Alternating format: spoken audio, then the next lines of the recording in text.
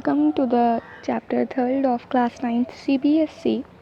सो आज हम लोग स्टार्ट करेंगे चैप्टर 1। चैप्टर 2 ऑलरेडी चैनल पे हुआ है, go and check it now, links description में। लेट्स मूव टू आगे, that is Nazism and the rise of Hitler. Nazism के बारे में हम लोग पढ़ चुके हैं इन द सेंस कभी नहीं पढ़ा। ओके, नाजिज्म का मतलब क्या होता है? Nazism is a political party at Germany.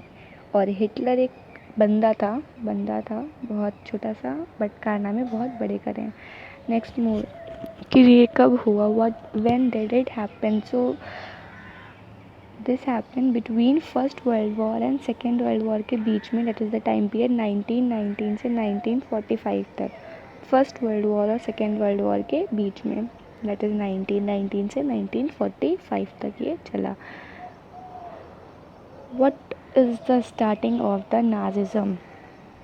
पहला, now the Nazism, the story starts, that is birth of Weimar Republic। जो फर्स्ट वर्ल्ड वॉर हुआ वहाँ पे हमारी जर्मनी को हरा दिया गया बहुत बुरी तरीके से। उसके बाद monarchy quits. Monarchy means kingship ends, कि किंग और फिर उनके पार्टनर्स, फिर हमारी पब्लिक, तो that was and fully ended. Germany was defeated, war was ended. तो वीमर रिपब्लिक कहाँ से बना? ये सब इम्पोज करा गया था कि द सोशल डेमोक्रेटिक पार्टी ने एक रिपब्लिक इस्टेब्लिश किया, जो वहाँ की पार्टी जिन्होंने एक रिपब्लिक इस्टेब्लिश किया, that is known as the Weimar republic. और इसका पार्लियामेंट का बना Reichstag. This is an important one world question that can become कि which is the parliament of the Germany, that is known as Reichstag. But what was the problem? The main problem was the people had no faith in democracy. The people had no faith in democracy, the democratic constitution with universal adult franchise. The people, the Germans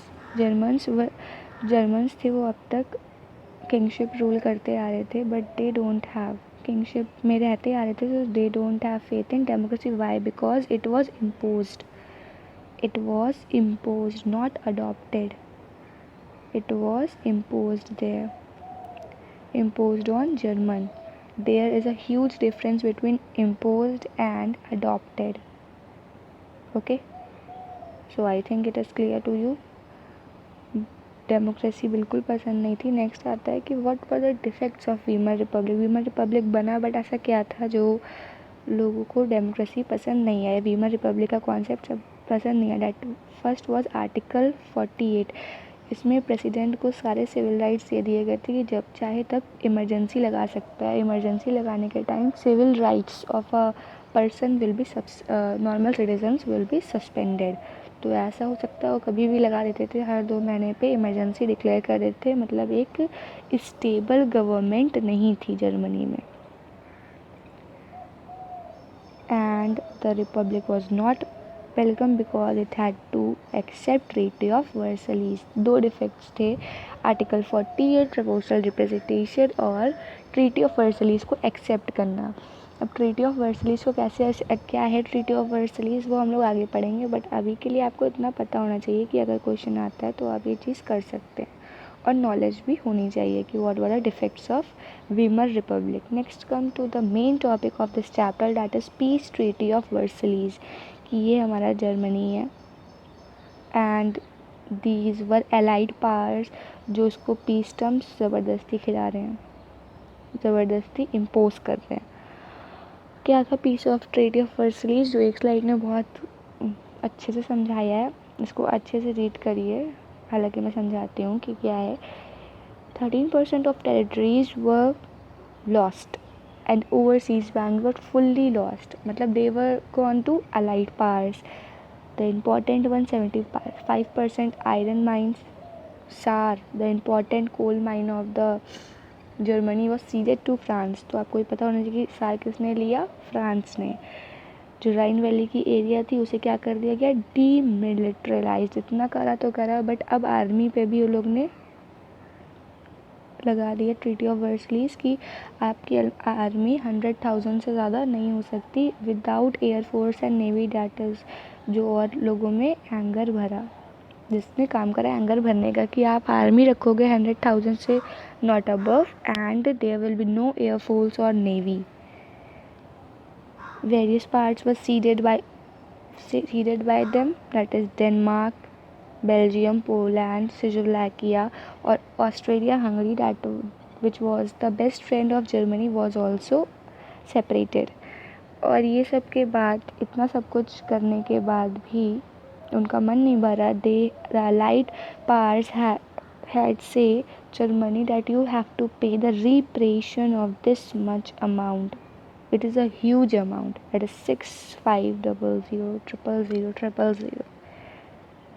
This was a huge amount. Already उसका loss हो चुका है Germany का world war में. Then too she has to pay this much amount as a reparation because she lost. Next आता what were the effects of the war. What were the effects of the war हो गया. उसका effects क्या हुआ कि जो old empire था वो जैसे पेरिश हो गया. ओके, डेमोक्रेसी नहीं रह पाई because it is like a नई नवेली दुल्हन दैट इज, वो नहीं रह पाई democracy because people were not supported it. People doesn't supported it and those who supported were declare as November criminals. जिसने सपोर्ट करा उसका क्या नाम रख दिया गया, that is November criminals. The soldier पर दैट इम्पॉर्टेंट पॉइंट कि जो इसके बाद क्या हुआ, इफेक्ट्स के बाद जो सोल्जर थे उनको एक इम्पॉर्टेंट जगह मिल गई, that is known as civilian के अबव जगह मिल गई. काफ़ी स्ट्रेस दिया जाता था कि आप बच्चों पे, मोस्टली बॉयज़ पे, कि you have to become soldier in future, you should be aggressive, you should be strong. एक नई जगह मिल गई सोल्जर्स को. तो क्या क्या हुआ कि इनको पे करना पड़ा रिपरेशन अमाउंट. डेमोक्रेसी सर्वाइव नहीं कर पाई. जो सर्वाइव कर रही थी, जो लोग सपोर्ट कर रहे थे, उन्हें नवंबर क्रिमिनल्स डिक्लेयर कर दिया गया और soldiers were placed above civilian. Okay, so next है हमारा पास political radicalism and economic crisis, जो हम लोग नेक्स्ट पार्ट में कंटिन्यू करेंगे. तब तक take care and do your study very well.